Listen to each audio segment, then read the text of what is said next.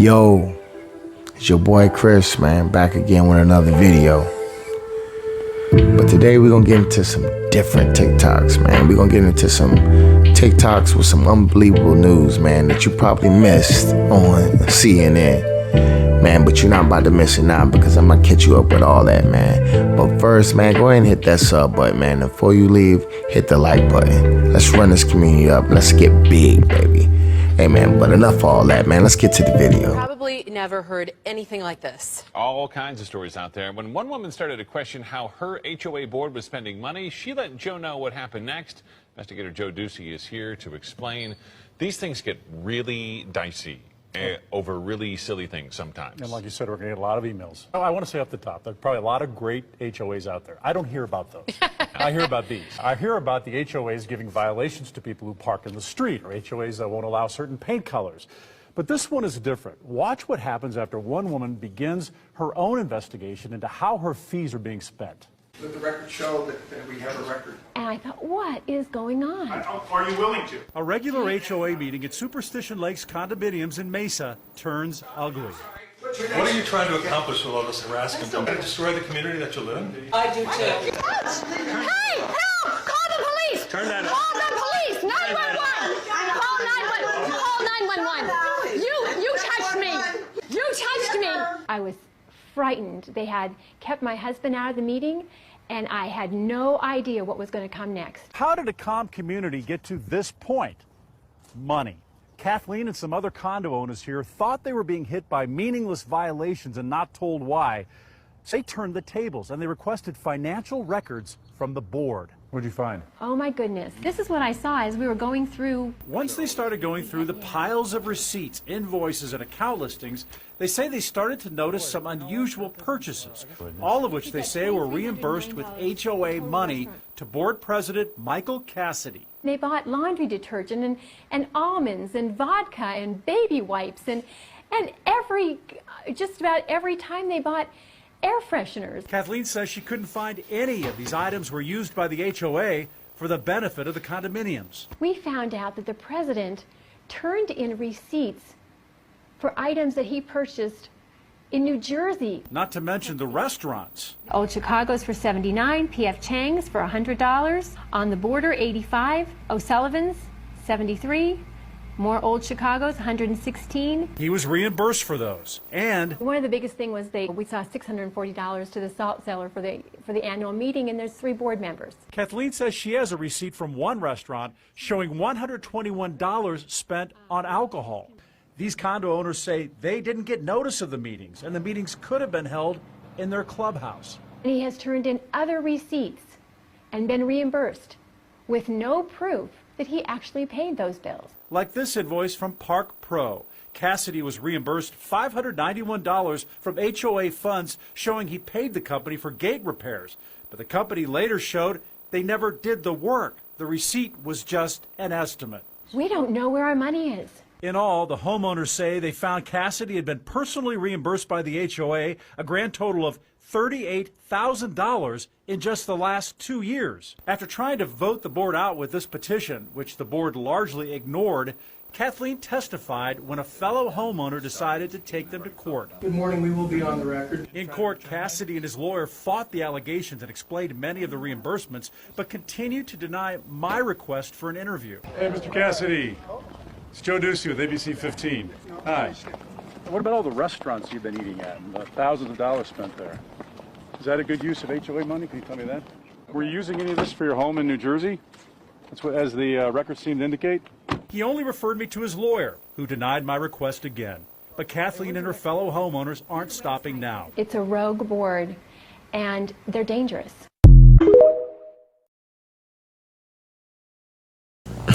Kathleen had the heat on their ass. Boy, hey, these HOAs, man, I don't know what the hell is wrong with them, man. I just don't know, man. I wish Kathleen stayed in my neighborhood, I tell you that. Dr. Field says it would be an absolute disaster if you gave black people money for reparations. Here it is.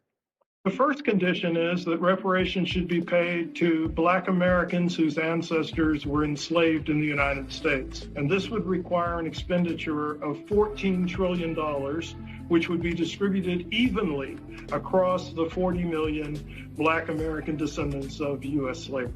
That would be approximately $350,000 per person. If you take $350,000 or $840,000 and you write a check to any group of people, black, white, poor, homeless, whatever, you give any group of people that much money and say, there you go, best of luck, and you come back in 6 months, they're going to be broke. So whatever reparations are done, that would be an absolute disaster as opposed to guidance and help in creating generational wealth as opposed to income. Right. That would be an absolute disaster.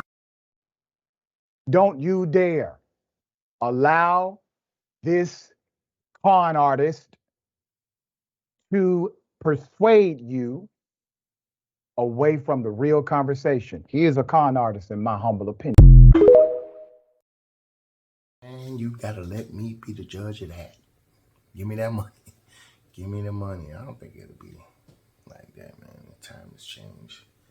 I take it. He's just 17, but he's already a father. And who the mother is will shock you. She used to be his nanny.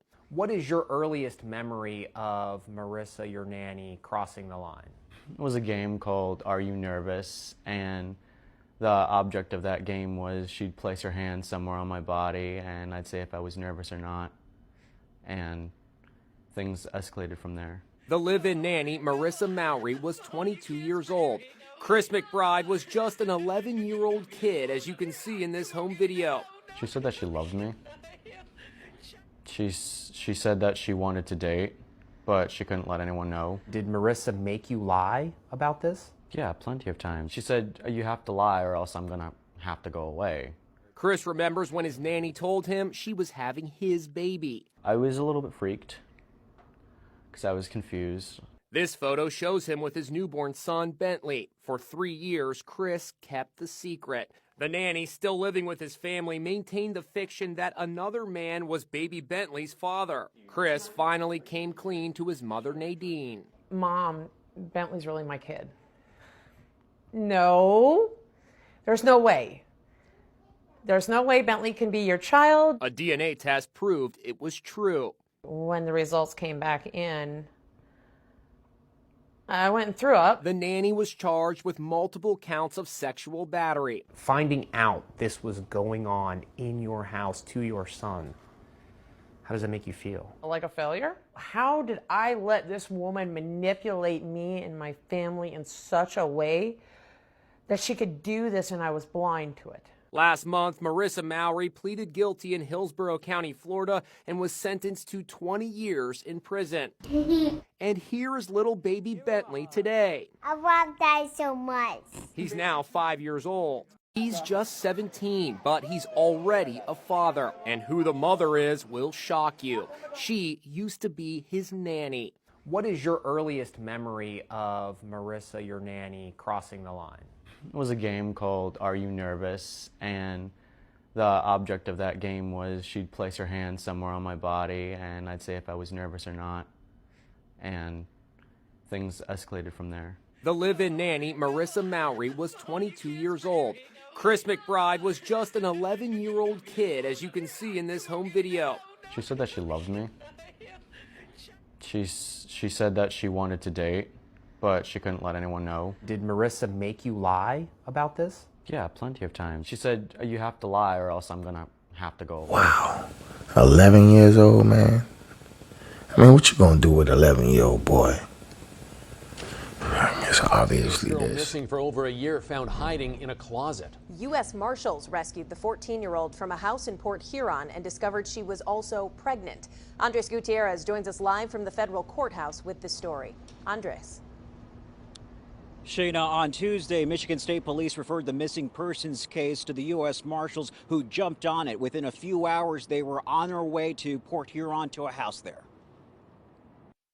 They would not allow us to come in the home to speak with them, to speak with anybody else that was inside the home, which threw up some flags for us. Deputy U.S. Marshal Robert Watson was one of the investigators at the Port Huron house Tuesday looking for a 14-year-old girl who was reported missing in September 2021. I had run away from a foster home and potentially had been picked up by a non-custodial parent. With a search warrant, law enforcement went into the home. Shortly after I began my interview, one of my task force partners yells out "contact," which is code for us that the person we're looking for, they have eyes on them.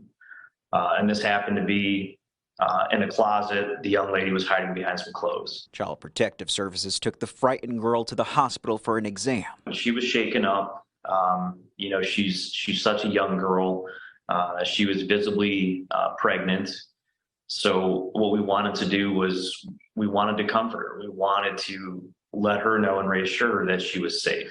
Authorities suspect her biological mother, who lost custody, found the teen after she ran away and began moving her from house to house. As to why it took so long to find her, law enforcement right now is completely understaffed. If you only have a handful of, police officers or deputies that are responding from call to call violent crimes, they may not have the personnel resources to help with those things. Now, the biological father has been reunited with his daughter. As far as the biological mom, she may face parental kidnapping charges in this case. Reporting live in Detroit, I'm Andres Gutierrez, CBS News, Detroit. So, Andres, you mentioned in your story that when they went to get her, everyone at the house was not really cooperative. They didn't want to let the investigators in. So what happened with that situation? Yeah, so there were 4 people in that house. All of them ended up lying to law enforcement. Eventually, when they found the girl, they pretended that everything was fine. They're not facing charges at this moment, and we're told that there are no signs that any human trafficking was happening at that house. Tonight, a teenage girl missing for over a year found hiding in a closet. U.S. Marshals rescued the 14-year-old from a house in Port Huron and discovered she was also pregnant. Andres Gutierrez joins us live from the federal courthouse with this story. Andres. Shayna, on Tuesday, Michigan State Police referred the missing persons case to the U.S. Marshals, who jumped on it. Within a few hours, they were on their way to Port Huron to a house there.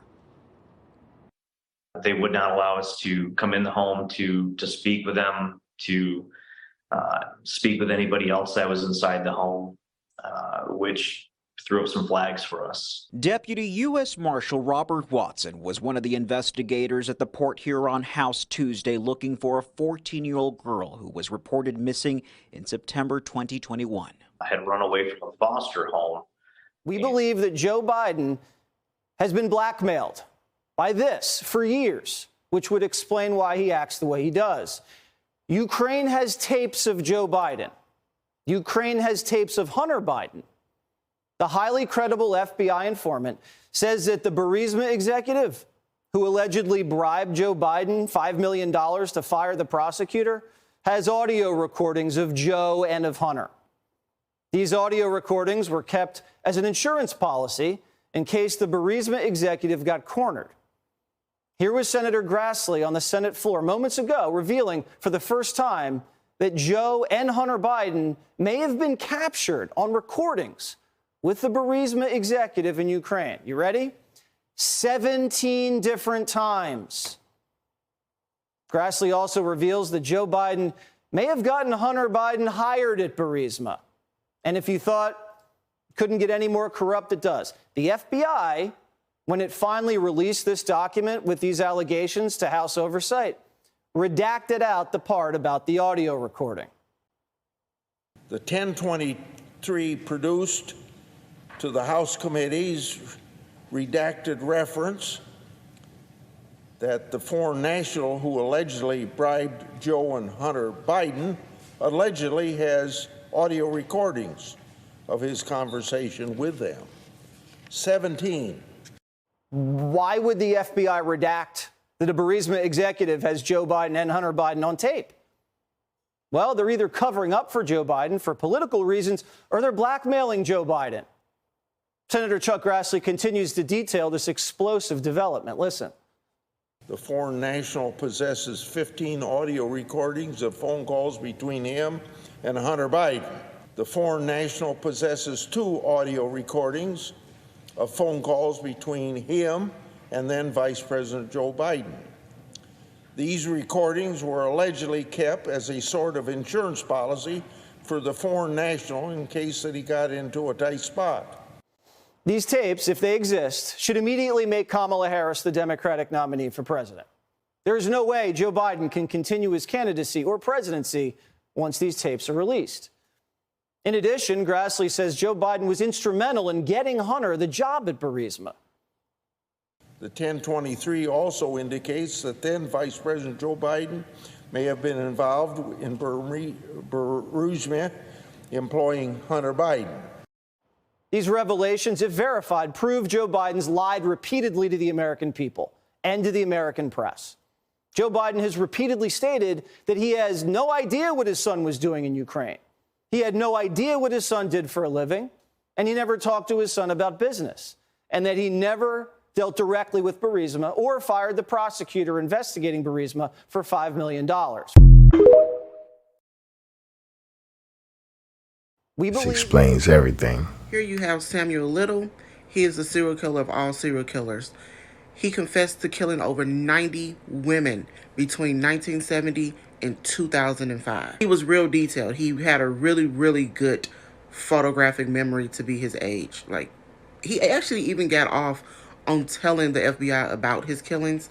Along with these confessions, he was able to draw sketches of the women that he unalived. He could remember where he met them at. He could remember their last meal. He could even remember where he left their bodies. Just disturbing. You can see his numerous of run-ins with the law. Although he had run-ins, he targeted a certain group of women. He targeted homeless women. He targeted prostitutes. He targeted drug addicts.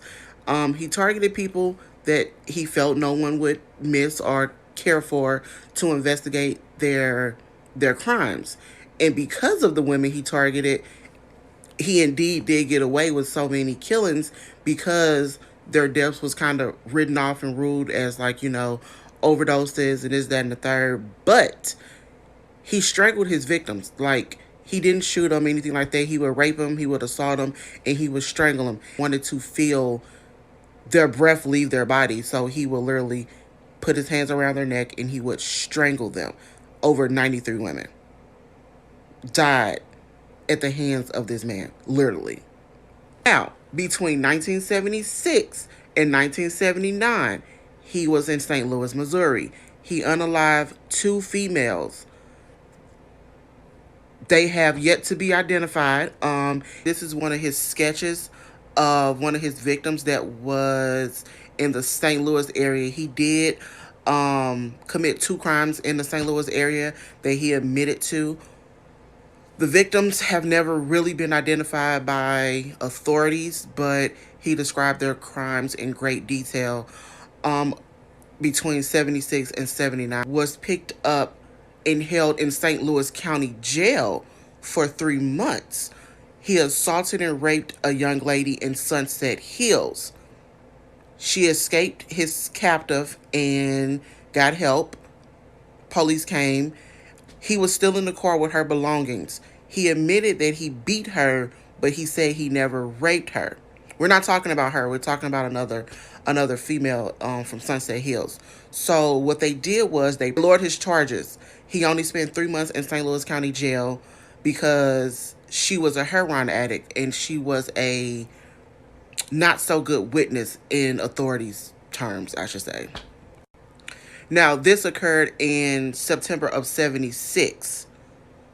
In addition to the 2 women he actually did unalive between 76 and 79 in the St. Louis area. Little was apprehended in Kentucky in 2012 at a homeless shelter for a warrant that he had in California. In California, his DNA was then connected to 3 women, where he was then convicted of the unaliving of 3 women in 2014. It wasn't until then that he confessed to the additional crimes that he never was even a suspect in. Now, keep in mind, in '84, he was sentenced to prison like 2 or 3 years. He was sentenced to prison for assaulting 2 women in California. Now, in '82, in Florida and Mississippi, he was acquitted of 2 murders. Over the years, he was definitely arrested. He was arrested for armed robberies, rapes, assaults, just all type of stuff. He actually had a girlfriend. An older lady was his girlfriend up until '88. They committed a crime together. They were arrested together. So throughout this whole span, he had someone at home. Now, I don't know if she was aware of all of the crimes that he was committing other than the robbery they did together, but yeah, he had a female friend. It's kind of the summary of Samuel Little. I was focusing on mostly on the incidents that happened within the St. Louis area, but it's just alarming that he was able to kill for so long and go undetected, even with all the run-ins that he had with the laws. Like, all the run-ins, he never was taken off of the streets.